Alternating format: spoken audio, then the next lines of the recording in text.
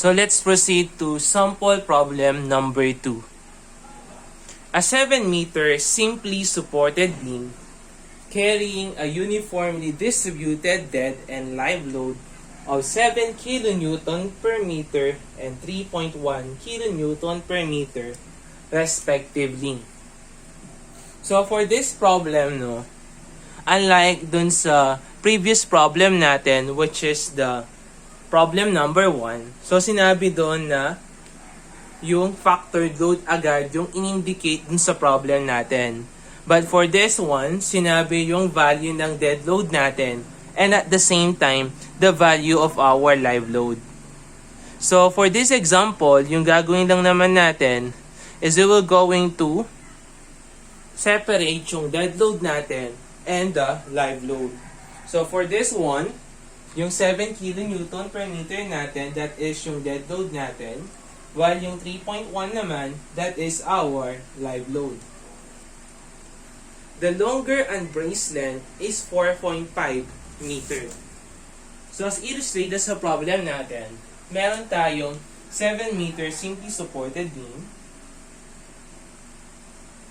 7 meter daw yan. So meron tayong uniformly distributed load dito. And then that is 7 meter. So sinabi dito sa problem na to, na yung longer unbraced length daw natin, that is equal to 4.5 meter. So meaning to say, at 4.5 meter, magkakaroon ka ng bracing, which is indicated by yung cross natin. Tapos yung remaining part natin, that is 2.5 meter.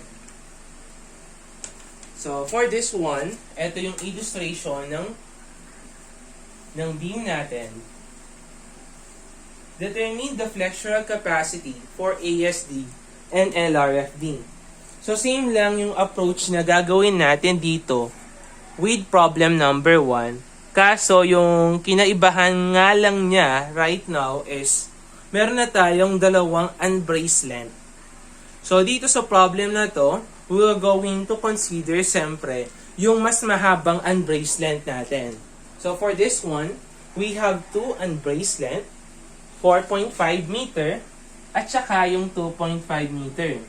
So when we are considering beam o yung mga columns natin, siyempre yung laging kino-consider natin yung mas mahaba na unbraced length. So for this one, itutuon natin yung focus natin dito sa 4.5 meter kasi nga mas critical to compared sa 2.5 meter.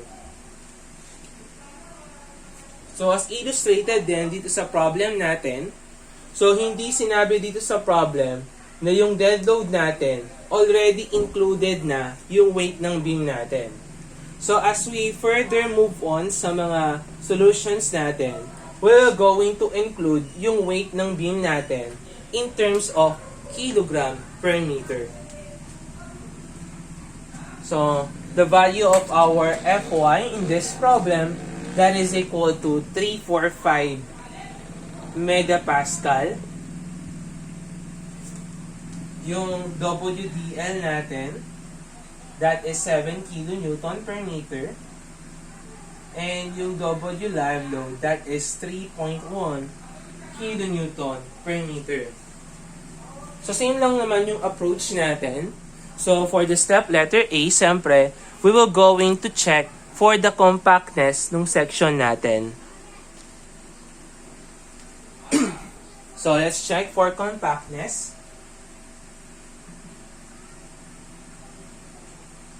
So upon checking for compactness, siyempre uunahin natin yung flange natin. So for this one, para ma-check natin yung compactness, kukunin natin yung lambda or the width to thickness ratio ng flange natin, which is equal to BF all over 2TF. So yung BF natin, that is 207. Yung TF naman, that is 10.9. So the value of your lambda, that is equal to 9.4954. Next naman is the value of your lambda sub P.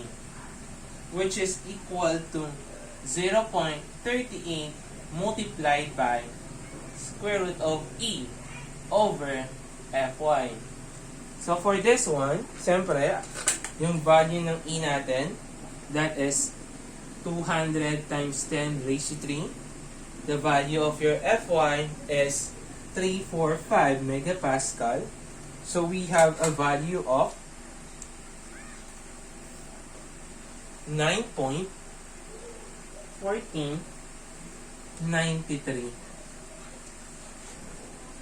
So next naman, yung lambda sub r natin, which is equal to 1.0 multiplied by square root of E over Fy. So that is equal to 24.0772. So for this one, yung nangyari is yung lambda natin, eto yan. So, nag-less than siya sa value ng lambda sub r natin, and at the same time, nag-greater than siya sa value ng lambda sub p. Wherein, kung bibigyan natin yung analysis natin, once na lumagpas yung lambda natin sa value ng lambda sub p natin, so yung section natin is compact as long as hindi lumalagpas yung value ng lambda natin dito sa lambda sub r. So, yung ano natin, that is non-compact. So, non-compact yung section natin sa flange. Next naman, we're going to check for web compactness naman. So, usually, upon considering sa web, lagi yan na compact. So, let's check also. So, check natin yung weight to thickness ratio ng web natin. So, since it is LRFD, that is H over TW, H is equals to D minus 2K. H is equals to, yung depth natin is 523 minus 2 multiplied by K. So, yung gagamitin natin K dito, yung design, which is 23.6. So, yung value ng H natin is 475.8. So, the value of our width to thickness ratio, 47.5 over 8 over TW. So, that is equal to 53.5208. So, next, kunin natin yung susunod na lambda sub p natin. So, that is 3.76 square root of E over Fy. So, yung value ng E natin, that is 200 times 10 raised to 3. Yung Fy, that is 345. So, yung value ng lambda sub p natin is now equal to 93.5302. Since yung weight to thickness ratio natin sa web natin o yung H over TW natin is less than siya, definitely it is less than, diba? So, 53 is less than 93.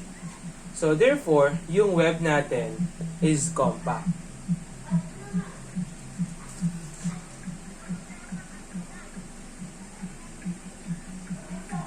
So, for this one, yung mangyayari niyan is we will going to know yung value ng nominal natin using this checking. So, for this one, since nasa kalagitnaan etong lambda natin sa lambda sub p at saka lambda sub r, therefore, kukunin natin yung value ng mn natin sa kalagitnaan ng mp at saka mr. So, for this one, let us solve for the value of our capacity or yung flexural capacity natin. So, first of all, yung consider natin, siyempre, yung unang-una is the compression flange local buckling. So, let's proceed to step letter B. Step letter B, capacity check.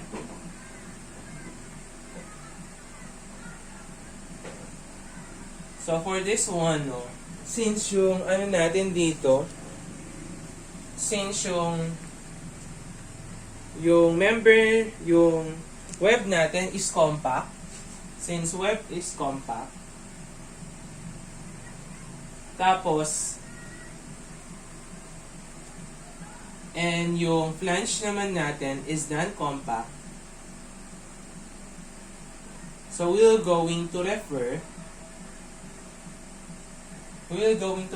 sa section 506.3 ng NSCP 2015.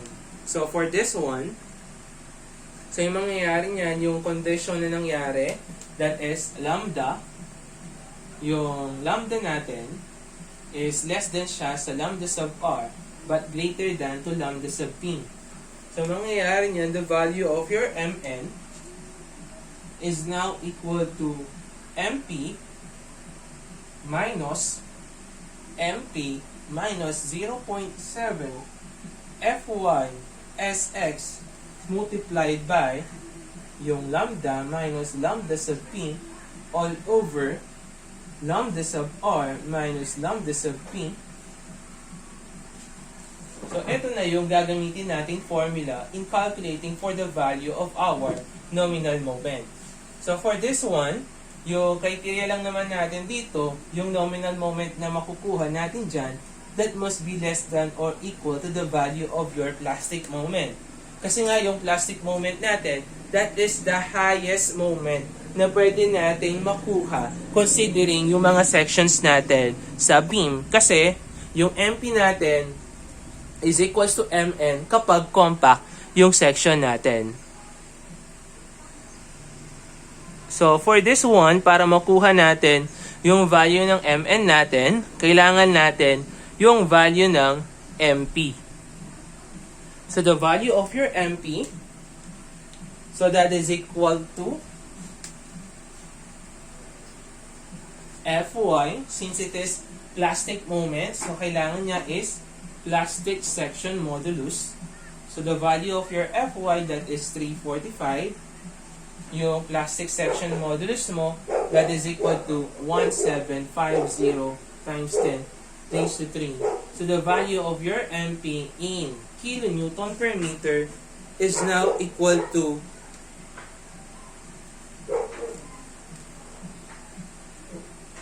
603.75 times 10 raised to 6 Newton per mm, or 603.75 kilonewton meter. So, for this one, let us calculate for the value of your m sub n. So, kung gagamitin natin yung mga values natin na nakuha natin, substitute lang natin yung mga values natin. So, mn, yung value ng mp natin, that is 603.75 times 10 raised to 6 minus yung MP natin. So, gamitin na lang natin dito is Newton per mm, no? Kasi yung mga values ng S of X natin tsaka Fy is in millimeter at tsaka megapascal. So, para hindi na lang tayong mag-convert. So, for this one, gamitin na lang natin yung Newton meter, Newton mm, minus yung 0.7 natin, wherein ito naman, that is yung value ng m sub r natin. So, for this one, kunin natin yung value ng m sub r natin. So, that is 0.7345.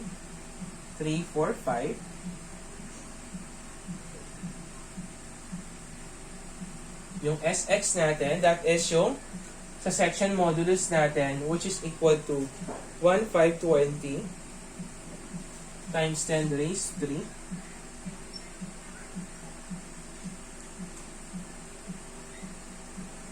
And then, we're going to use yung mga values na nakuha natin dito.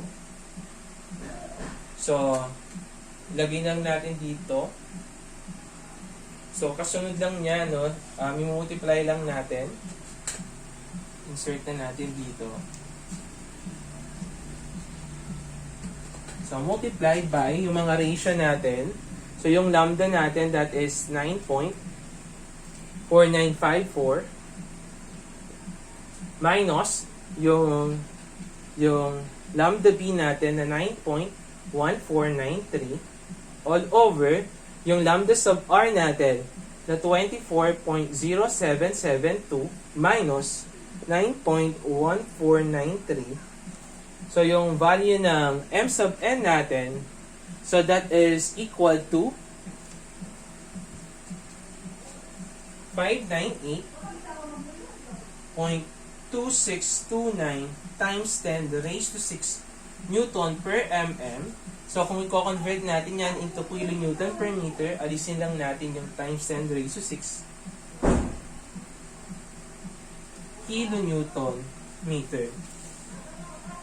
So, for this one, so yung value natin sa m sub n, that must be less than to the value of m sub p, which is equal to 603.75 kilonewton meter. Since nag-less than siya, so okay yung nakuha nating value ng m sub n. So next, no, after computing for the value of your m sub n, using yung compression flange local buckling natin. So for this one, yung ginamit natin is yung compression flange local buckling. So yung step number 1 natin, flange local buckling. So yung susunod naman natin, sa step 2 naman natin, is yung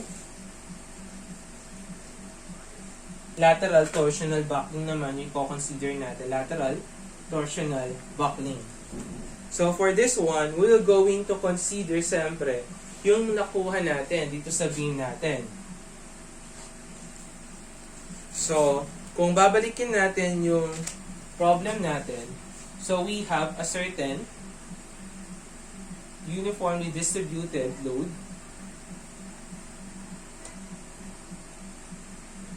Tapos, meron siyang yung longer unbraced length niya, that is 4.5 meter. Tapos, yung susunod naman, that is 2.5 meter. So, meaning to say, no, it is laterally supported from this point to this point. Yung pinakamahaba is 4.5, while the smaller one is 2.5. So, for that, siyempre, yung i-consider natin value ng L sub B natin, yung pinaka-critical. So, the critical part there, as stated earlier dun sa example natin, no, that is yung mahaba, mas mahaba, which is yung LB natin, so that is equal to 4,500 mm. So, next, yung L sub P naman natin, so the value of your L sub P is 1.76 Ry multiplied by square root of E over Fy. So, yung value ng Ry natin, it is equal to 42.2. Yung E naman, that is 200 times 10 raised to 3. Fy is 345. So, the value of your LP is now equal to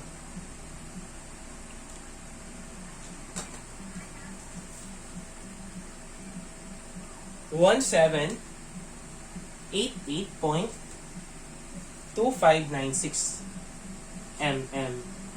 So, next naman is the value of your L sub R. So, the value of your L sub R, that is pi multiplied by R T sub S square root of E over 0.7 of Fy.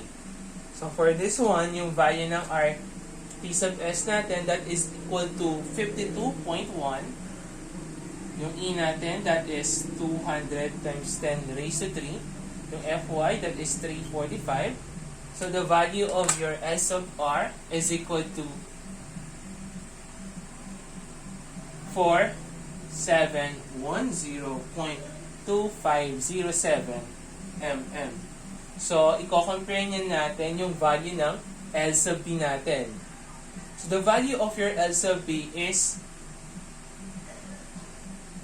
yung L sub B natin is greater than siya sa value ng L sub P natin. And at the same time, the value of your L sub B is less than naman siya sa value ng L sub R natin. So kung pagsasama natin to, so mangyayari niyan is the value of your L sub B less than siya sa L sub R, wherein yung L sub B naman that is greater than to the value of your L sub P. So therefore, yung section natin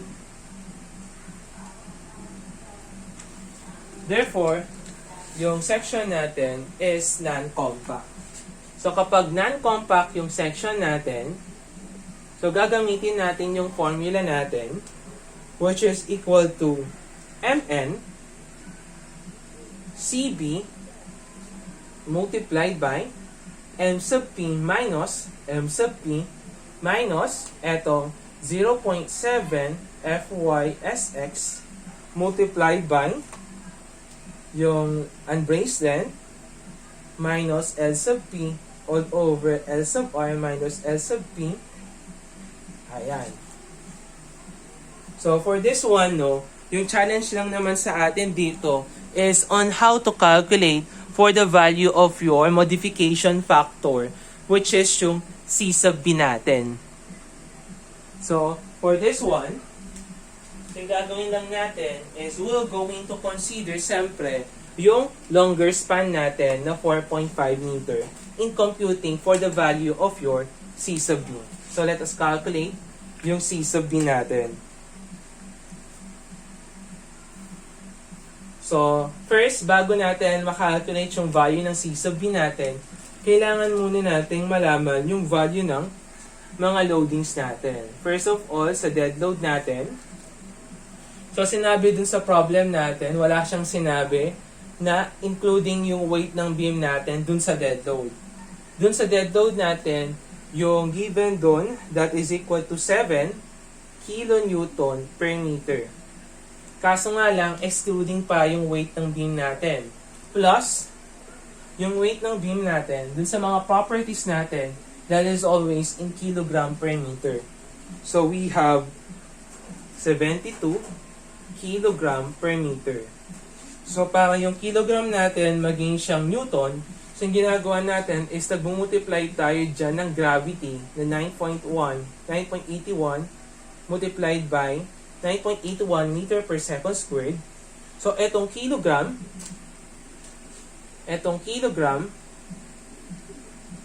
multiplied by meter per second squared, magiging newton yan. So mangyayari niyan, etong 72 natin na to magiging newton per meter. So para maging kilonewton per meter yan, so mangyayari is magdi-divide tayo ng 1,000 newton. Equivalent siya sa 1 kilonewton. So makukuha na natin yung value ng WDL natin, which is equal to 7.70632 kilonewton per meter. So susunod naman yung W live load natin. So as it is lang yan, that is equal to 3.1 kilonewton per meter. So yung challenge lang sa atin dito, no, since walang sinabi sa problem na factored na agad yung mga live load natin at saka dead load, so magre-refer muna tayo sa NSCP 2015 LRFD load combination. So for this one, para makuha natin yung ultimate load natin, so that is equal to 1.4 WDL kung dead load lang yung meron tayo. So what if meron tayong dead load at saka live load? Yung gagamitin natin is 1.2 WDL plus 1.6 WLL. So for this one, so consider natin yung dalawang load combination na to. Kasi nga sa problem natin, meron tayong dead load, at the same time, meron tayong dead load and live load. So consider natin yung load combination 1. So we have 1.4 multiplied by 7.70632. So you will have a value of 10 1.788848 kilonewton per meter. So how about yung nasa yung second load combination natin? So 1.2 multiplied by 7.07632 plus 1.6 multiplied WLL na 3.1. So you have a value of 14.207584 kilonewton per meter. So therefore, no, yung gagamitin lang naman nating value ng W dyan is the larger value. So the value ng WU natin, yung larger value between these two, so that is equal to 14.207584 kilonewton per meter. So yun yung gagamitin nating value ng WU natin. So ganun lang naman, after computing for the value of your W, so kailangan natin makuha yung value ng Mmax natin, the value of your MA, MB, MC.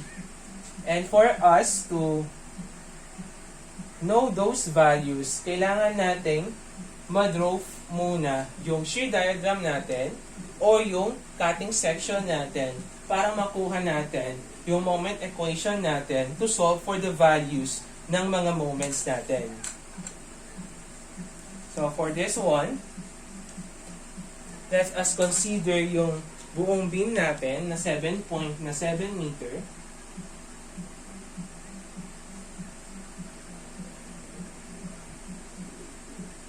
Okay, this is 7 meter. 7 meter yan. So yung WU na naka-apply sa kanya, that is equal to 14 point, yung nakuha nating value. So that is equal to 14.207584 kilonewton per meter. And also, yung ano natin dito, divided pa 4.5 meter, tsaka 2.5 meter. So, yung consider natin dito is yung 4.5 meter. So, for this one, kunin muna natin yung mga reactions natin. So, yung value ng R natin, parehas lang dito sa kabila, kasi nga symmetrical lang yung section natin. So, we will have a value of 49.726544 kilonewton. So, for this one, yung gagawin natin is magka-cut tayo ng cutting section, ng cutting plane dito. So, yung gagawin natin is magko-consider tayo ng certain distance from that beam.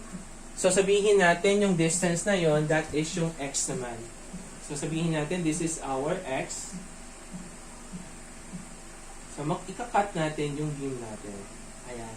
So, kapag kinat natin yung beam natin, so, mangyayari niyan yung lilitaw is pag ganito.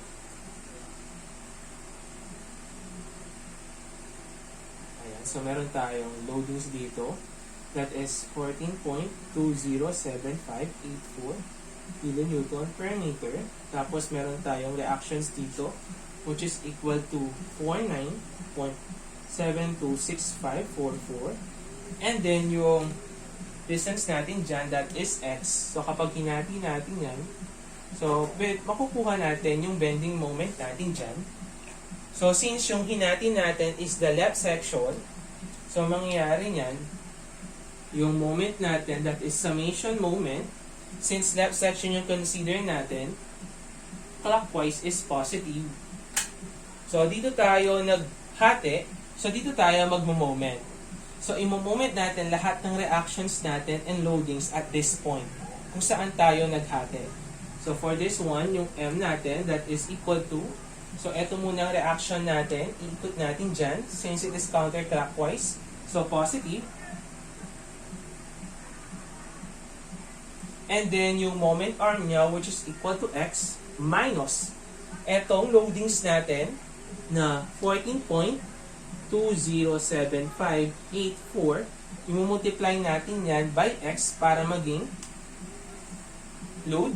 Tapos, yung kanyang moment arm is x over 2. So, yung moment equation natin, that is equal to 49.726544x minus 7.103792x squared. So, that will become our moment equation. So, for this one naman, no, let us calculate for the value of your Mmax, Ma, Mb, and Mc. So, wala tayong problema sa pagkuha ng Mmax natin. Kasi if we will going to consider yung moment diagram ng beam natin, so mangyayari yan is paganto yan. So, kung i-reflect lang natin, no, i-reflect lang natin yung beam natin. Ayan. So, for this one, ito yung maximum moment natin. So, this is our Mmax. Okay? So, yung kino-consider natin sa Mmax natin, yung buong beam natin. So, for this one, madali lang natin makuha yung value ng Mmax natin. Because that is only WL squared over 8. So, kapag ginamit natin WL squared over 8, makukuha na natin kaagad yung value ng Mmax natin. Pero yung mas critical lang dyan, siyempre, yung pagkuha ng MA natin and yung pagkuha ng MB and MC. Kasi yung gagawin natin is i-reflect natin yung 4.5 natin, yung mas malaking loadings natin dito sa load diagram natin. So for this one, eto yan. Ayan. So i-reflect natin yan hanggang dyan. Okay. So hanggang dito. And then, ipaghahati-hati natin yan.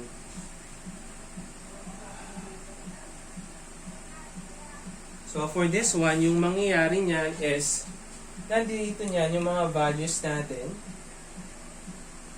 So, yung mga values natin yan, as indicated, mag-i-illustrate siya dito sa moment diagram. So, gagawin lang naman natin is i-divide natin etong 4.5 natin sa 4. So, mangyayari niyan is, so, kukunin natin yung mga values natin dyan. Ayan. Tapos, kukunin natin yung values niya. So, yung buo natin dito, that is equal to 4.5. So, yung buo niya, that is 4.5.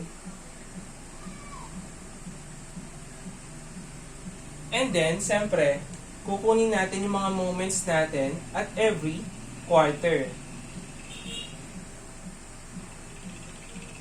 So, for this one, ayan. So, ito yung value ng MA natin. Susunod, ito yung value ng MB natin. And susunod naman, that is the value of your M sub C naman. Kasi yung kinonsider natin ng mga lengths dyan, ginawa natin quarter point yung unbraced length natin ng 4.5 over 4, 4.5 over 4, yung susunod 4.5 over 4, yung last naman 4.5 over 4. So, for this one, no, makukuha na natin yung value ng mga moments natin. Basta't malaman natin yung value ng x natin or yung distance from left support. So, for this one, so, kung kukunin natin yung distance from left support natin, so, yung value natin dyan, the distance from left support, kasi yung reference natin sa pagkuha ng x natin, that is from left support. From left support, that is the value of your x. So, yung value ng Mmax natin, so that is, yung value ng x natin dyan, is L over 2. So, yung L natin, that is 7,000. That is 7 over 2. So, meron tayong 3.5. So, ginagawa natin yung Mmax na to, kinukuha lang natin yung maximum moment ng buong beam. No? Without considering yung mga unbraced length niya. So, yung buong beam. Kaya kinonsider natin yung buong 7 meter. So, kunin natin yung MA naman. So, therefore, yung value naman ng MA natin, So that is equal to, so yung location niya, yung distance niya from the left support, that is 4.5 over 4, which is equal to 1.125. Next naman is yung MB natin. So that is naman 4.5 multiplied by 1/2. Kasi nasa center line yan ng unbraced natin. So you will have 2.25. Or pag-add mo lang etong dalawang 4.5 over 4 plus 4.5 over 4. So you will have 2.25. Samantalang yung value ng MC naman natin, that is 4.5 multiplied by 3/4. So you will have a value of 3.375, or pag-add mo yung tatlong 4.5 over 4. Okay. So, ito yung value ng mga x natin. So, sabihin natin, this is our equation 1. So, substitute yung value ng x natin. So, ito yung mga x natin. x2 to equation 1. So, yung value ng mmax natin. So, substitute lang natin yung 3.5 dito sa equation na to. So, you will have 87.0215 kilonewton meter. Yung MA naman natin, that is equal to, etong 1.125, substitute natin sa equation 1. So, you will have 46.9516 kilonewton meter. Yung MB naman natin, that is 75.9218 kilonewton meter. Lastly naman, yung MC natin, substitute mo yung 3.375 dito sa equation 1. So, you will have 86.9105 kilonewton meter. So, kapag nakuha mo na yung mga values natin for MA, MB, MC, and MMAX, makukuha mo na yung value ng C sub B natin. So, let us calculate for the value of your C sub B.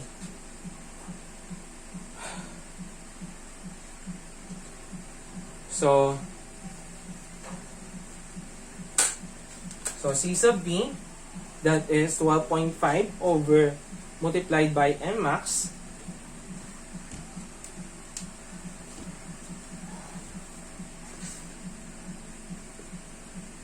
12.5 yung Mmax natin over 2.5 Mmax plus 3 Ma, so that is plus 4 Mb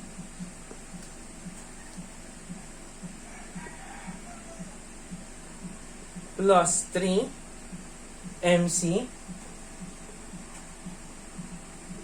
And usually, no, yung R sub M natin, that is always equal to 1 lang. And the value of your C sub B is now equal to 1.1787. Wherein yung C sub B natin, yung that must be less than or equal to 3.0. So for this one, since less than siya sa 3, so okay na, gamitin natin yung value na yan. So kapag nakuha na natin yung value ng C sub B natin, makukuha na natin yung value ng M sub N natin.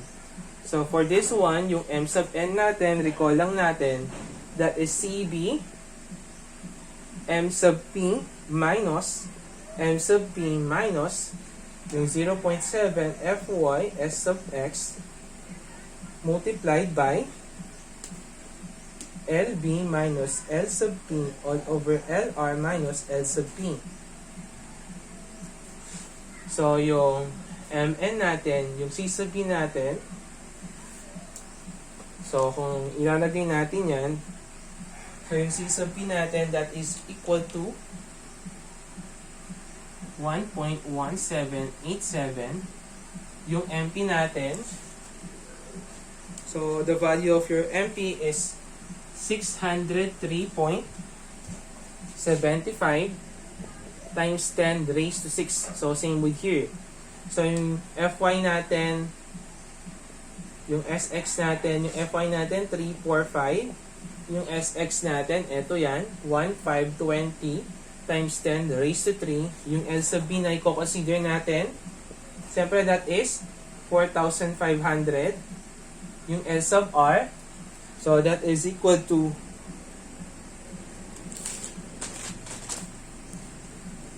L sub R, that is 4,710.2507,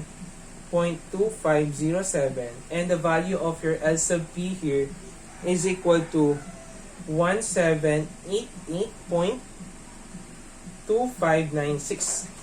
So kung aayusin natin yan, kung i-compute natin yan, so we will have a value of Mn which is equal to 452.7498 kilonewton meter. So for this one, no, yung value ng M sub n natin, that must be less than to the value of your MP, which is equal to 603.75 kilonewton meter. So for this one, okay yung nakuha nating nominal moment. So ito yung nominal moment natin nung kinonsider natin yung lateral torsional buckling. So meron pa tayong isang nakuhang nominal moment when we consider naman yung compression flange local buckling. So meron tayong na-consider dito na 598.2629 kilonewton meter. Ito compression flange local buckling. Siyempre, yung pipiliin natin value ng nominal moment natin sa dalawang yan is yung lesser value natin. Therefore, Mn is equal to 452.7498 kilonewton meter.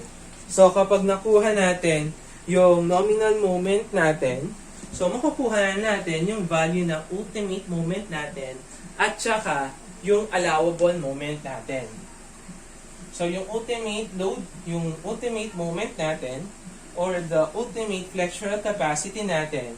So, when we are talking about yung sa LRFD natin. Kapag allowable naman, we are talking naman sa allowable strength design naman.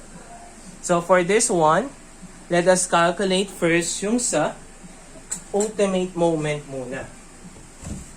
So, let us solve first for the value of your ultimate moment. So, for LRFD, so the value of your MU. So, the value of your MU, that is reduction factor multiplied by the nominal moment. So, for this one, reduction factor multiplied by the nominal moment. Yung reduction factor natin, that is always 0.9. Yung nominal moment, ito yung na-compute natin. So, the value of your MU is now equal to 407.474 kilonewton meter. And for ASD naman, so yung gagawin natin dito is yung alternative approach natin. Wherein, eto, shortcut lang to, and approximate value lang for the value of your allowable moment. So for this one, kung gusto nyong makuha yung exact value ng allowable moment natin, use ASD method. Yung nakuha natin dito sa Module 2, Part 1 natin. So for this one, para makuha natin yung allowable moment, that is yung nominal moment divided by the factor of safety. So yung Mn natin, that is equal to 452. The factor of safety natin is 1.67. So you have a value of allowable moment which is equal to 271.1077 kilonewton meter. So, etong dalawang to, ito yung flexural capacity natin for LRFD and for ASD. Okay. So, yung pinaka-critical lang naman sa pagkuha ng mga moments natin is yung pagkuha ng nominal moment. Okay? Kasi parehas lang naman yung nominal moment na ginagamit natin dito sa LRFD at saka sa alternative approach natin sa ASD. So, yung mahirap lang sa MN natin and critical lang ng konti lang, no, procedure lang, is yung pagkuha ng C sub B natin. So, for C sub B naman, we are considering first yung mga unbraced length natin. So, sa pagkuha ng M-max natin, kino-consider natin yung buong beam. Sa pagkuha ng MA, MB, MC, kino-consider lang natin yung pinaka-critical na unbraced length. So, what if, ayan. So, if yung beam naman natin is supported at middle thirds, so paano yung co-consider natin? So, for this one, sabihin natin meron tayong beam, a simply supported one. Ayan. So, meron tayong value dito, yung buong length niya, that is equal to L. And then, this beam was supported at middle thirds. So, meaning to say, meron tayong lateral support at every L over 3. So, kung i-consider natin yan, so yung mangyayari niyan is, ito yung value natin, yung WU natin, and then meron tayong value dito, yung mga reactions natin, and yung usually ginagawa natin dito, di ba, nagka-cut tayo ng section.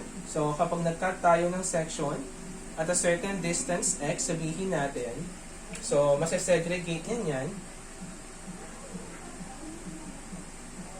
R. Tapos, meron tayo dito na W. Tapos, naka-cut yan at a certain distance x. Tapos, kukunin natin yung value ng M natin. So, kapag nakuha mo yung M natin, that is Rx minus W Ux squared over 2. So, ito na yung magsisilbing moment equation natin. So, kapag kino-consider natin yan, madali lang naman kunin yung maximum moment. Kasi that is only WL squared. That is only WUL squared over 8. Tama?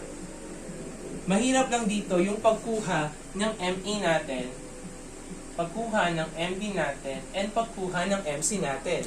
Kasi i-consider natin yung pinaka-critical na unbraced length. So for this one, pare-parehas lang yung value ng mga unbraced length natin. Parehas sila na tig L over 3. Pero yung i-consider natin dito, siyempre, yung nasa gitna. Kasi ito yung mas critical, and also, kapag meron tayong uniformly distributed load, yung nasa middle part, yung usually na critical.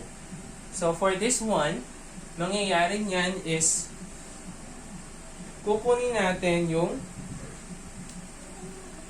moment diagram nito. So, yung tendency niyan is kukunin natin yung mga moments at middle thirds. Diba? Mangyayari niyan is, di-divide natin yan at every quarter point. So, for this one, so di-divide natin. So, kukunin natin yung distance from left support.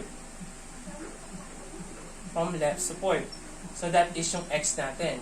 So, mangyayari niyan, siyempre, ito yung consider natin. So, kapag kinonsider natin yan, mangyayari is, i-divide natin yan. 1. I-divide natin yan sa 4.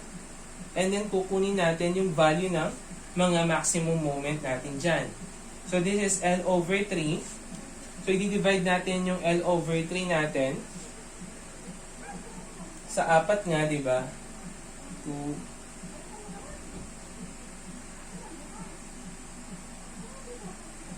Sa 4. So, mangyayari L over 3 divided by 4. So, meron tayong L over 4, L over 12.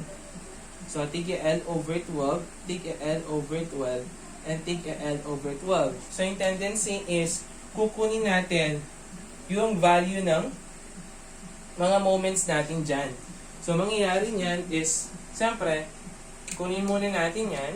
So, meron tayong L over 3, yung distance natin dito, plus yung 1/4 nung L over 3 natin, or yung L over 12, diba?